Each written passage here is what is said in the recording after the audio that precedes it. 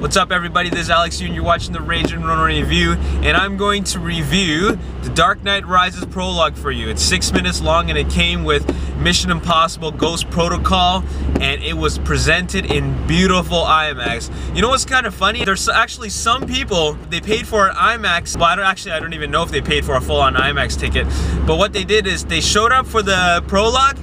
Once the prologue was over, then they took off. And I was just thinking, if they paid just for that, you know, I hope they thought it was worth it. But it was great. It was amazing. I've never seen anything like that before. Those 6 minutes were something else. Christopher Nolan is just brilliant. When he comes up with these sequences that defy anything that you've ever imagined. It was an aerial heist. That's what it was. It was an aerial heist, and it looked beautiful in IMAX, and they introduced Bane. It was very much like the introduction of the Joker in The Dark Knight. It was a lot like that, presented in IMAX, and you got to see how Bane worked. And these are two very different characters. Joker and Bane are very different.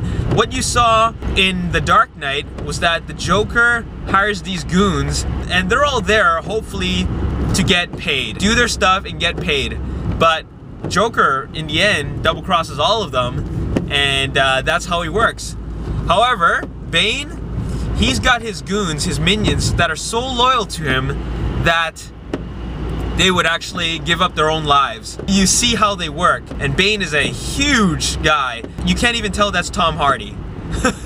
Like, Tom Hardy really did some working out to become Bane, but that is going to be a very interesting character. Like, we really don't know what's going on in that sequence. We really don't know. It's a heist, they're doing a blood transfusion, and that's about it, but nobody knows why. And that's why it makes a great teaser, because you're thinking the whole time, that was incredible, but what was that all about?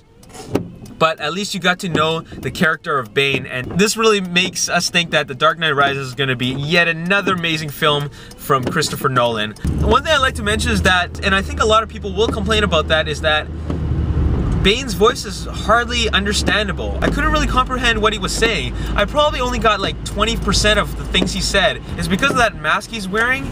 I couldn't really get a whole lot of what he was saying while that mask was on, and I really hope that what we saw wasn't the final version. They definitely need to fix that up, because, you know, I get it that he's wearing a mask and his voice needs to be a bit distorted, but not to the point where the audience can't even understand it. That's something that needs to be fixed up.